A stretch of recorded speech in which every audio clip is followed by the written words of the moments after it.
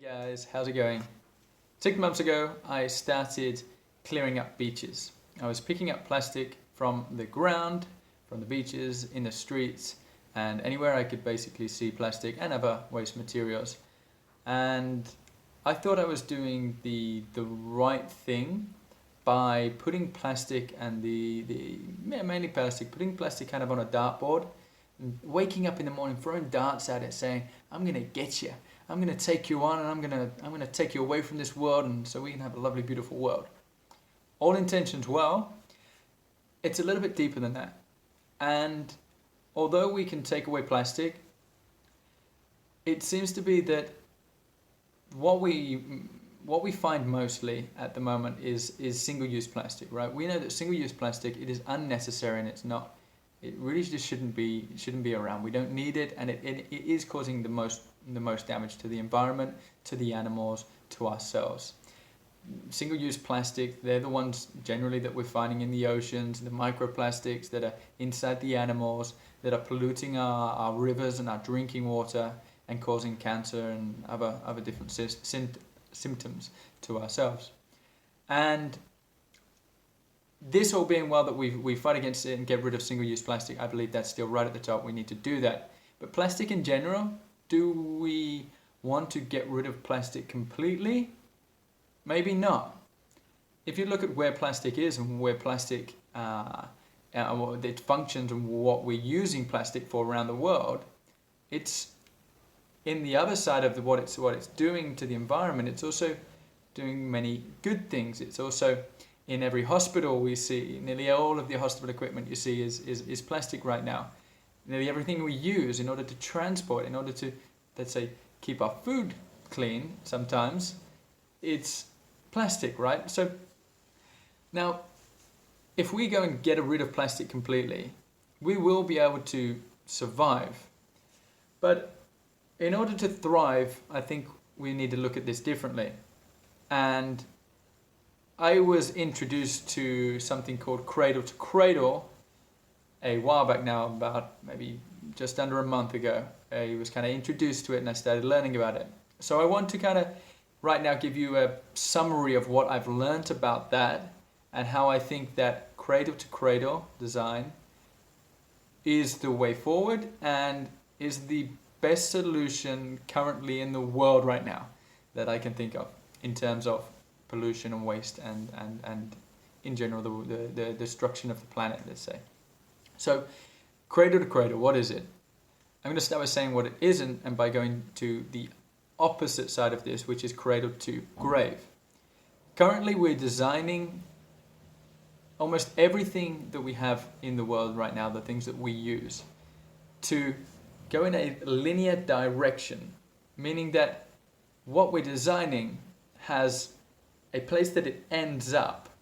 And this place that it ends up, after we've finished with it, whether it's 100 years, whether it's 10 years, whether it's 2 weeks, it has a location that it ends up, and this location is usually in the bin, landfill, which is just a bigger bin, or into our environment sitting there for a long time. Now, when the products that we're doing, the way we're producing these products and the way that we're making them, when they go to these bins, there are all these different forms of bins, they're not doing anything good, but what they are doing is they're doing a lot of bad. Now, when we've got a lot of bad, it's only a certain amount of time being in this being in this kind of consumerism way of that we're in right now and how it's growing. By being in this and by creating things time and time again, lots and lots and lots and lots and lots, we're really not going to be able to continue like this for very long, the way that we're all growing and the way that consumers are growing and how we are growing as well, the way we're producing things and learning about technology and this. So if we continue going in that direction, we can already see, all you got to do is turn your Instagram, your Facebook, anything on, and you'll see these videos how you've got islands that are completely destroyed or polluted and homes that are being, completely blocked off by our waste. But they're where the bins are ending up, because everything that you throw away goes somewhere. Everything, it goes somewhere, right? So that's cradle to grave.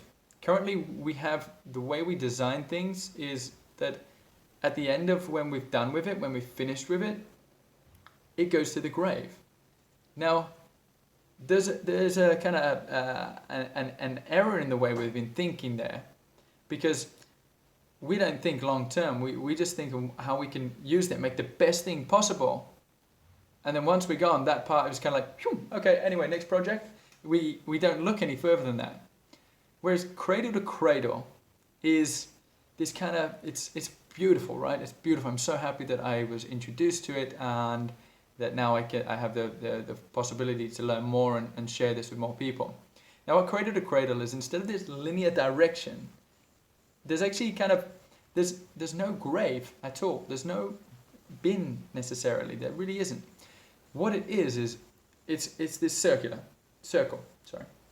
And when you design something, now actually one of the books from the founder that started this whole movement, philosophy and way of life, created a book called Cradle to Cradle Design, Remaking the Way We Make Things. And it's really good. I recommend you going to check that one out, by William McDonough. And so what we're doing instead of it, we actually, the first thing you do is when you design something, you ask yourself, where does this go, and how does this benefit the environment? Which is really interesting, right? So let's take the plastic bottle, for example. Currently, this petroleum-based bottle, the traditional bottle that we have, the plastic bottle, once we finish with it, it goes into the bin, into the landfill, and it will live for a very long time. Whether it's 400 years, whether it's 1,000, 2,000, we've got some good estimates, but it's definitely hundreds and hundreds and hundreds of years, and potentially lots more. Instead, what you do is you design the bottle, and while you design that, you think of where will this bottle go? Where will it go? But how will it feed the planet, and how can it make it better? So what you do, and this may sound quite like, what's he going on about now? But this, you hit the bottle, and if you can turn that bottle, and how it goes from the production to when we use it, in a sense we're kind of preparing it for something else. So if this bottle becomes food, it becomes nutrients for our environment, that our environment the microorganisms can take this bottle and use it in order to grow or produce more natural things, then what we have is we use it, we do it, we kind of prepare it, and then we put it to the right location, the right direction, and now all of a sudden it doesn't do any damage to the environment, but it actually benefits the environment. So what Cradle to Cradle is this optimistic outlook on the way we design things, and how instead of it being like currently what we've got a lot of movements, which is how we can reduce and lessen our impact. And Cradle to Cradle kind of opens our thoughts to say, well, you can lessen, but you're still doing bad. It's like you can lessen how much, you can reduce how much bad you do to the environment, but you're still doing bad. The Cradle to Cradle takes it and flips the way of thinking to is how much good can we do? And if you can't do good, then at least no bad. Which is really interesting, because if we can start designing things differently so that we use it, and there's two circular systems that they've produced from this, which is like the nature circle, the circular system of nature side of things, which is kind of designing things which become nutrients to the planet or something, so that we can continue to grow nature, which is really interesting. And you've got the kind of technical side. So if it really is too hard or cannot at the moment be designed so that it can be put back into as food for the environment, then how can we perpetually create that so that it never goes never goes into the waste? It's continuously put into a circle. For example, let's say the television.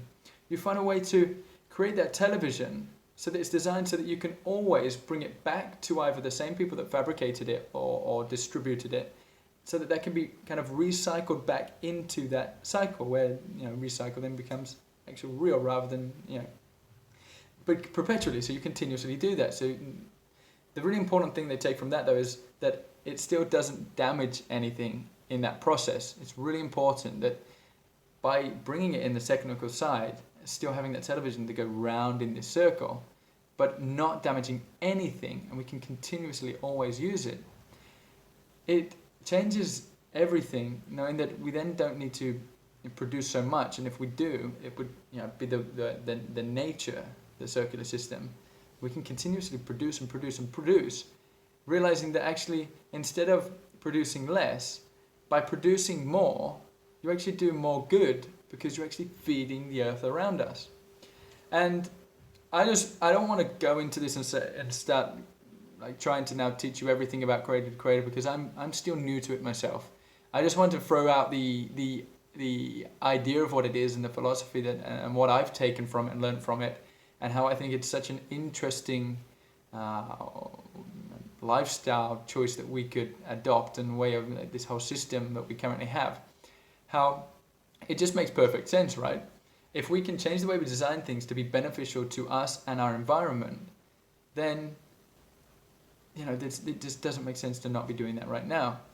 And this has been going on for a little while now, but finally we've got it's becoming more available and more, people are finding it more now, because this whole plastic pollution and recycling and that, we're noticing it more, and it's in a way, maybe you could say it's trending. You call it whatever you want, but right now everyone knows about it. So to me, that's a trending topic. And we need to do something really important right now, which is get into that point where it's trending, but actually find a very long-term or forever solution. Because we've got things like these bioplastics that we're creating, which is the mindset is there. It's about doing good, and we all want to adopt it. I don't think anyone creates a business in order to do damage to the environment or to ourselves or to their future children. But somewhere along the line, because of the design system and the way we've got things and all of this, it's going that way.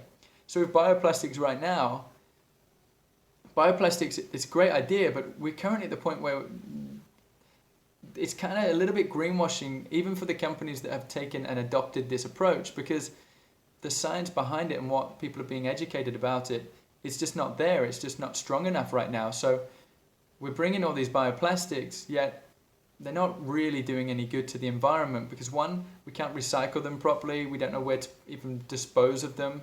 Like, they do maybe a 3 or 4 part process so that the legislation's all correct and all that, but there's really there's so much deeper than that, from the point of actually fabricating it to producing it, to shipping it, to putting it in the shop, to sending it, and how we then dispose it again. It's like, the idea is there, green, conserving our planet, making everything green and making it 100% corn, but currently it's not.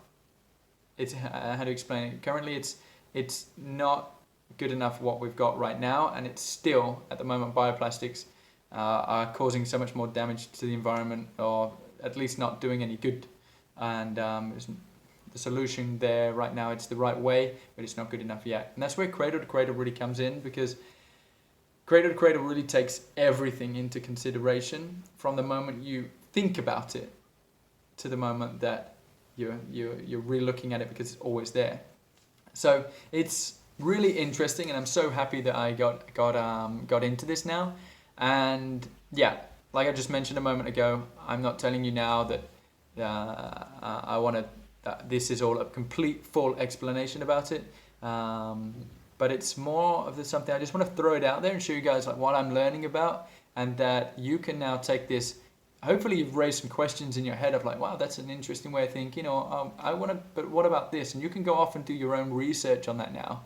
And maybe this is something that you'll adopt or study and talk about in the future. And we find a way, because the whole philosophy of this Cradle to Cradle is about benefiting every single thing on this planet, the planet, ourselves, nature, everything, right?